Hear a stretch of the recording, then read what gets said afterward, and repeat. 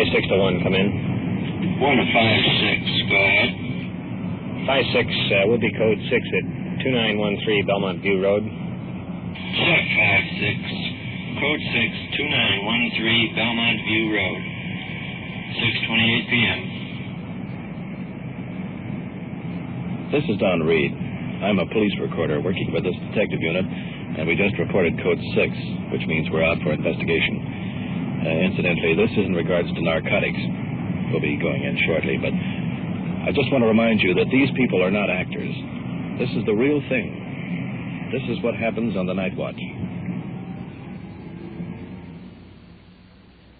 Night Watch, the actual on-the-scene report of your police force in action. There are no actors. There is no script. Every voice, every sound is authentic. The investigations are recorded as they actually occur. Night Watch, presented with the cooperation of the Police Department of Culver City, California. W.N. Hildebrand, Chief. And now we switch you back to police recorder Don Reed. We're on a narcotic investigation located in a private home with Sergeant Perkins and Detective Walter. Are you the lady that got this? Now, they're questioning a young lady who telephoned the station and reported that she had been given a marijuana cigarette. Now, let's move in and find out why. Is that what it is? Well, I don't know. We'll have to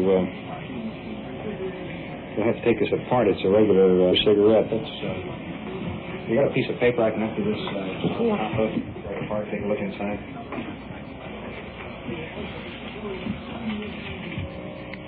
To me, like they got a marijuana inside. What they've done, they have a marijuana cigarette inside of the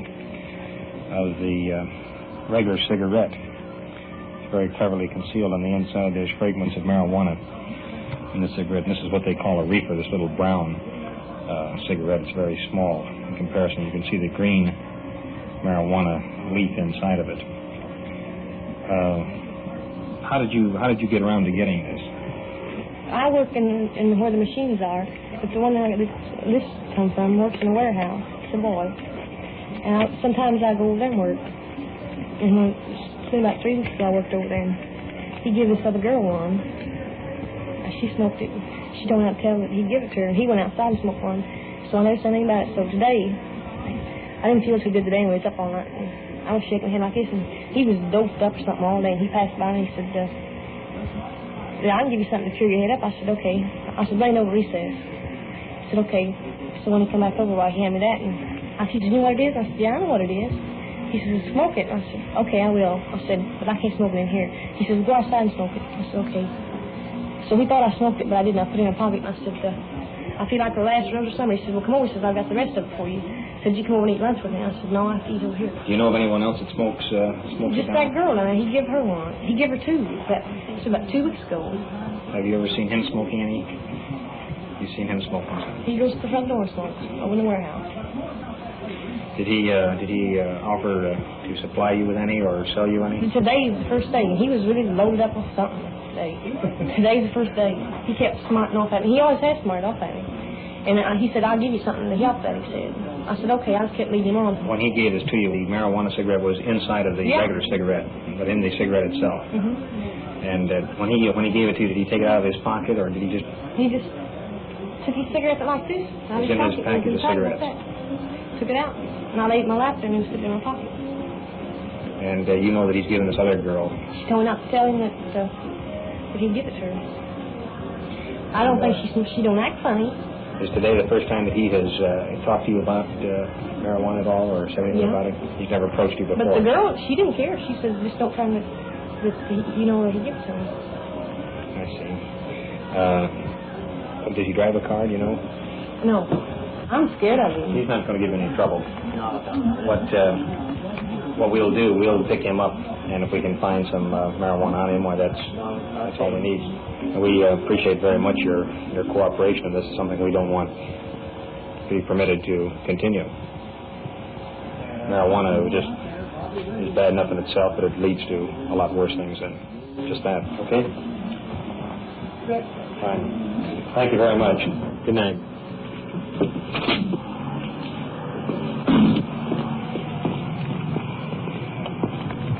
Looks like it's the real stuff, huh, Sergeant? Yeah, there's not much doubt about that. Well, we'll call the night officer over the factory and get his address and go over and pick him up. Right.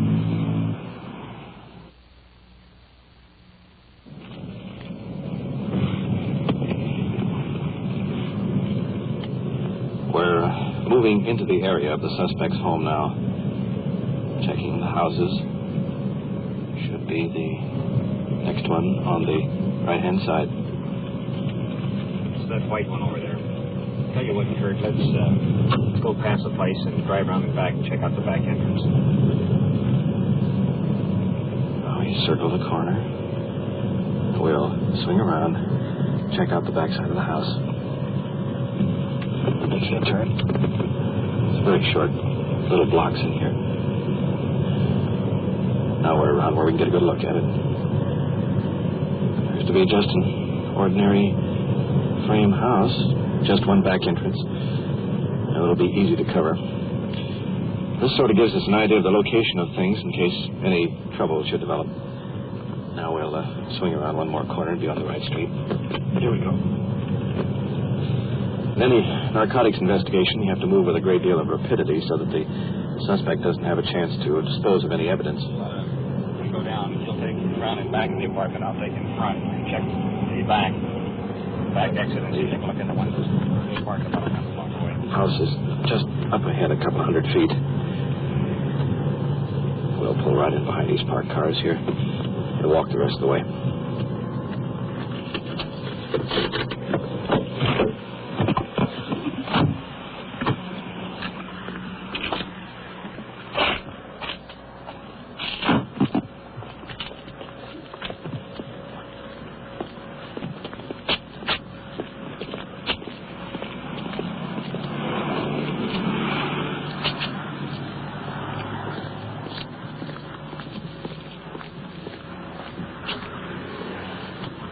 Detective Walter across the lawn to the back. We'll go up to the front door. Windows are open. Woman, possibly suspect's wife inside. Two young children playing under the van. Suspect is sitting in a chair, well-groomed, average height, very calm. Want a coffee? Walter?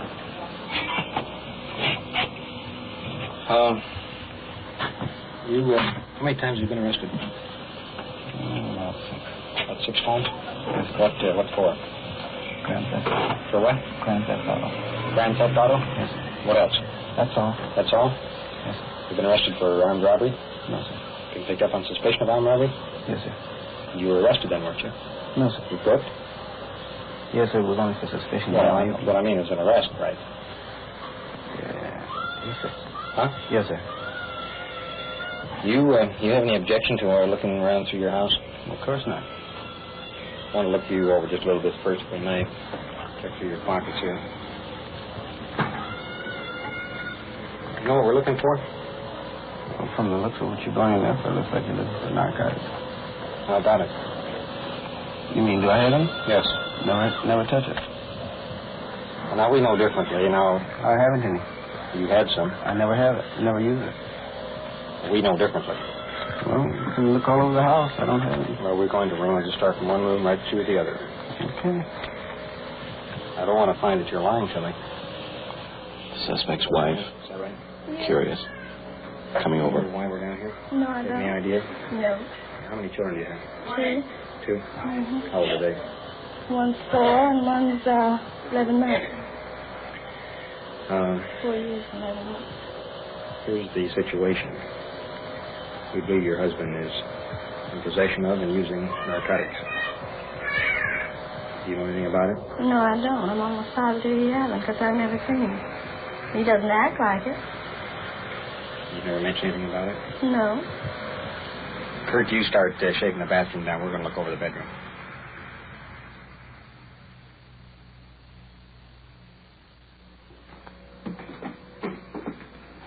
We've been searching the house for better than a quarter of an hour. Sergeant Perkins and the suspect are in a little closet looking through some clothing. Pretty tight quarters here. Let's see if we can move right on in. So far in 2 of your jackets, I found marijuana flake. I don't think so. Well, if you have it. You want me to tell you how you carry your marijuana cigarettes? Well, I don't carry it. You don't? No, sir. I'll tell you how you carry them. I don't carry You it. put them inside of one of the cigarettes so that the top of the cigarette shows from the top of the package. Well, You made a couple of bad mistakes. You've given some cigarettes out. I haven't used any marijuana. I don't deal in it. I don't use it. I don't smoke it. How did this marijuana get in your pockets then? Well, I haven't sliced. I did. If you found something, it's beyond my knowledge. Anybody else wear these coats? Well, Shirts? occasionally, but not too much. My brother-in-law and another brother-in-law stays here with me. How about this coat here? Who wore this last? I did. I wore it yesterday. How about that pink shirt we had a few minutes ago? Well, that's a new shirt. I just got that. No one else wore it but you? No, sir. On the reef for that one. Well, I don't see how. I just got it. I only worn it 3 times. Given to you brand new. I had it made. You had it made? Yes, sir. No one else wore it? No, sir. Has it been washed? Watered since you got it? Yes. Detective Walter, coming in from the other room. The only reason we come down here is we want to see just how bad you are on it. We want to know what your source of supply is. Well, I don't have any source. I don't use it. Well, we know better than that. It's no use trying to. Well, you have to prove that. No use trying to fool it. I don't use it at all. You can prove it if you think you can. But Well, we don't I mean, that's think your we can. Well, okay, that's We your know we job. can, and when we leave here, you're going with it. Going with you? Yeah. You're going to be arrested for narcotics. No, I just have to get my clothes on and go. Well, because somebody says that he's been using it doesn't always mean that he's been using it. Do you want to talk to him a few minutes before we take him in? Can I get the check cashed before he goes? Because I can't cash it. Company check? No. We can make arrangements for that. Sure. That finishes our business here. The suspect in custody. So, let's head back now for police headquarters.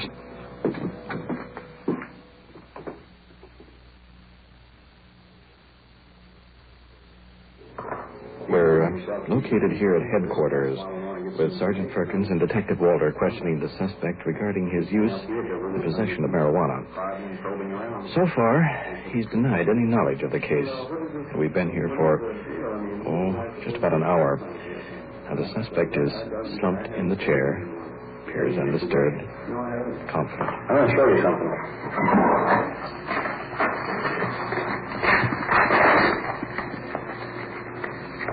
Unwrapping the evidence, no facial reaction from the suspect.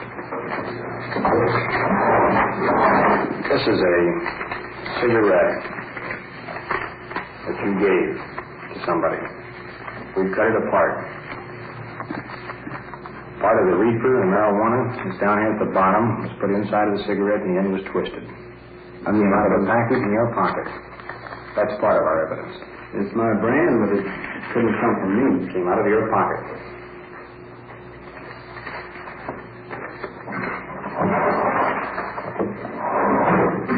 When's the last time you smoked marijuana? I never smoked any marijuana. Never in your life? Never have. I never smoked one in my life. You were being arrested on violation of State Narcotics Act. I don't have any, I haven't had some. You got some out of my house or something like that? There wasn't any in my house. I haven't ever had it. Well, the police that we took out of your coats will send out to crime lab for analysis, but I'm talking about that you had some in your pocket, which you gave to another party. I didn't. I still say I didn't, so I'll say from now on because I haven't. Well, why do you suppose somebody would come to us and tell us that? You mean somebody told you that? That's right. To the best of my knowledge, I'm telling you the truth. That's all I can tell you, sir. That's what I know. What I know. I can't change it to tell what I. We're no different. Maybe you'd like to hear some proof. Don? Yeah, right away.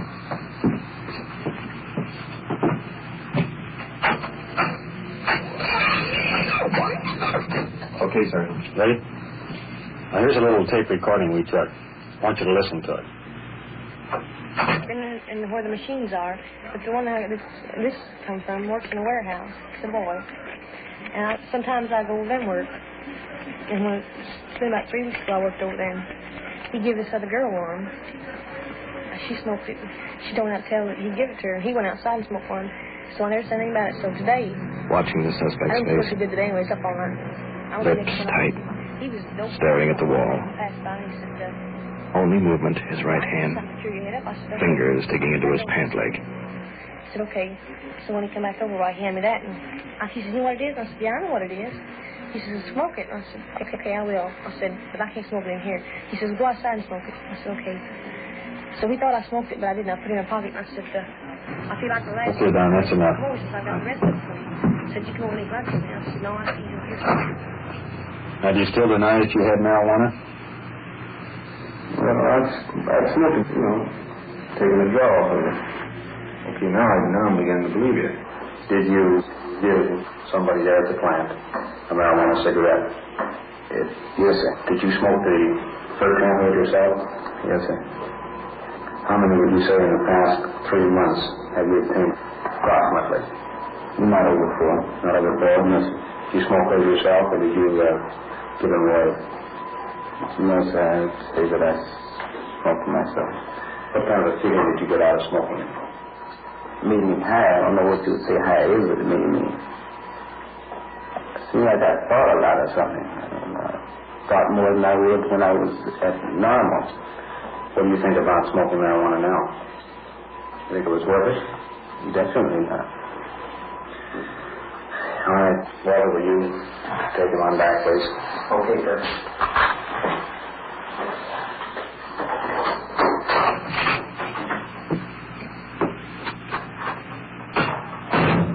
Well done. What do you think? I'm mighty happy about this, I'll be honest with you. Well, you should be. Your tape recorder would crack the case. Yeah. You are listening to Night Watch and following the activities of a detective unit on their tour of duty. The people you hear are not actors. Every voice, every sound is real. Investigations are recorded as they actually occur. We will give you the final results of tonight's cases at the conclusion of the Night Watch. Show a profit on your patriotism. Buy United States savings bonds. Buy them regularly at your bank or where you work through the payroll savings plan. If you're looking for an investment, what better investment can you make than one that makes your country secure? Buy United States savings bonds, paying 3% interest when held to maturity, and show a profit on your patriotism. And now we switch you back to Detective Unit 5-6, now on patrol in the field, and to police recorder Don Reed.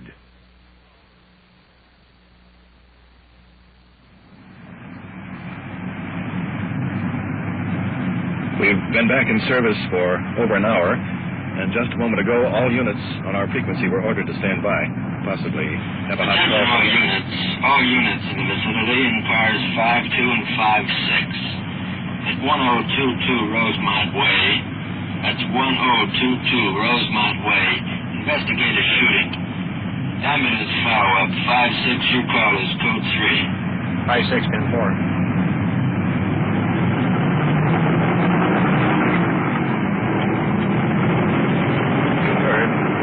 Shooting. That could mean a lot of things. Still going on. Maybe it's over with. There's our siren. We just got it in. Somebody's already heard. That much we know. Ambulance is dispatched. Rolling code 3 with that siren is not exactly my idea of how to spend a relaxing evening. I have a lot of company on that score.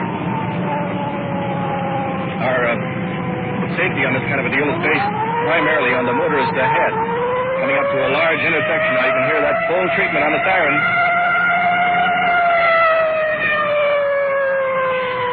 A couple of blocks more and we'll be on the scene of this shooting. Swinging in. The motel. Crowd gathering. Must be the end room.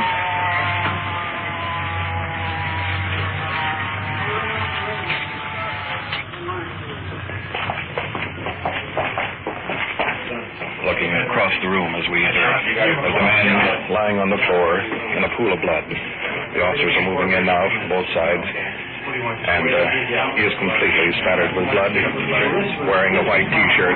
You probably hear more police vehicles rolling in behind us. There is what appears to be a .38 laying on the bed. Now, Let's talk to this young lady over here. The officers are questioning her. We'll determine just how this happened. Is he living here alone? His old boy was with him, but he brought him down to our house. He sent him away for 6 weeks, see? Said he knew his daddy hadn't been eating and something was worrying him. He said, I wish he was here. I'm a nurse, see? And he said he'd give anything if I was here, that he was in so much pain he just couldn't stand it any longer. Has he been sick sometimes? He's a veteran with a plate in his head. He was crying and screaming over the phone with his head. When you arrived here, is this where he was when you got here? He was on the bed and he staggered over to the door and let us in and said, please forgive me, and then he dropped. Was he already shot then? Yeah, he was shot over here and walked over to the door. Did you hear the shot? Mm-hmm. Where were you? We were right outside the door here. And so we went right and got the landlord then, because we knew, that he had either taken sleeping pills or something had happened. And then just as he heard us walking right outside the door, he shot himself. You heard one shot, did you? One shot was Did he, out. when he called you, did he threaten to commit suicide? No, he did on the phone, but not What here. did he say on the phone? He says, I asked him if he'd like me to see if I couldn't come up here and help him. He says, no. He said, by the time you get here, it'll be too late. He says, I'm going to give myself a shot.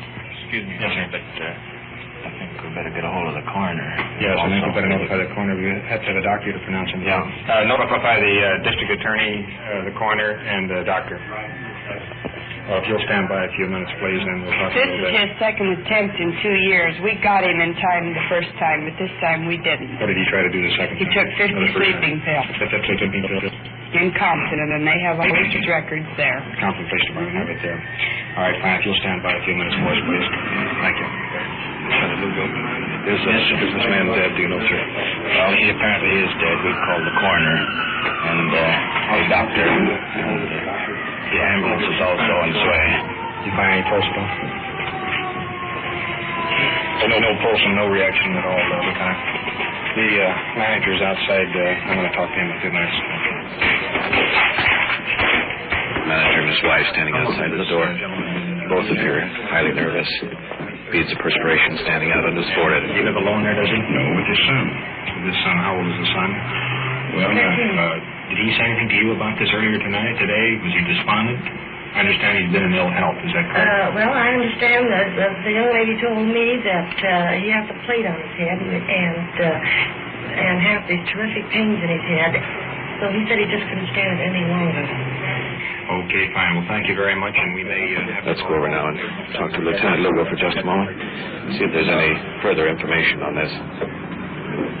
Lieutenant. Yes, sir. I'm looking over at the victim here. Apparently he has been shot in the heart. Is that your observation, sir? Yes, just right at the left part of the chest. Mm-hmm. And is that a wound on the arm, or is it my imagination? Is it simply that claret has flown there? well, it appears like a wound, but I don't believe it is. I think it's just blood that's settled there. I see. Well, in other words, our next move now is to wait for the coroner a doctor rather, to determine whether the victim is officially dead. Is that correct, sir? That's correct. The doctor will determine that in just a moment. Don, you want to go over with me? The doctor just arrived. Yeah. Okay, sir. I'm right behind you.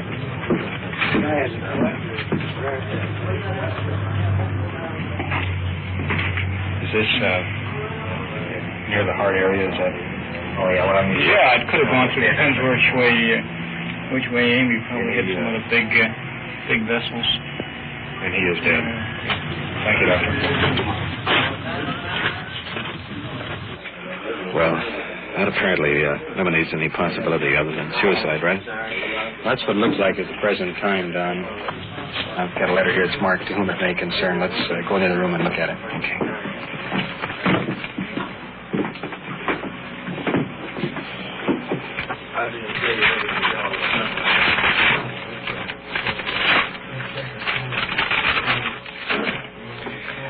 Let's see. Dear son, your mother is somewhere in the East. I believe in Boston. I'm not sure. Thanks for being such a good boy.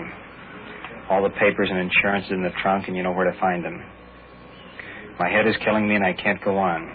Forgive me, son. I didn't want it to end this way. Go on and be the doctor you've always wanted to be. Maybe you can help someone who is suffering like your dad. I have always loved you. Your dad. P.S. Please don't let this throw you. That's a pretty tough assignment for a kid. Yeah.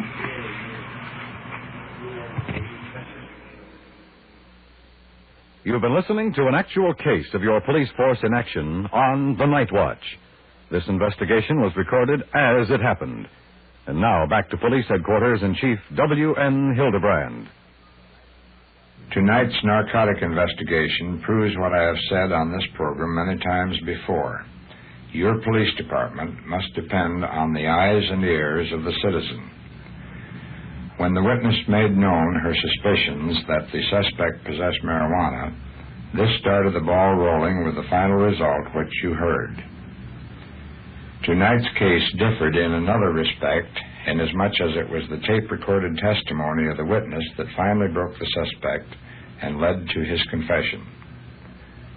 Our department, like every other law enforcement agency in the country, is trying to stamp out the deadly use of narcotics. The extent of our success is based on you, the citizen, and your cooperation. The suspect in tonight's investigation was booked 11502 of the Health and Safety Code, the maximum penalty of which is imprisonment in the state prison not to exceed 10 years. The final case on Night Watch in which a man died of gunshot wounds, the officers submitted a report stating all evidence pointed to suicide. A follow-up investigation by Lieutenant Bob Conlon of the Detective Bureau confirmed this report, and it was entered into the records as such. My department is bringing you the actual happenings on the Night Watch so that you may hear firsthand the important role the citizen plays in maintaining an efficient police department. It is our hope to tighten this cooperation, then our efforts will be well rewarded in bringing you Night Watch. Thank you, Chief Hildebrand. You have just heard on-the-scene reports of your police force in action. Every voice, every sound has been real. Night Watch is brought to you through the cooperation of the Police Department of Culver City, California, and is produced by Sterling Tracy and Jim Hadlock, with technical advice by Sergeant Ron Perkins, and is described in the field by Police Recorder Don Reed.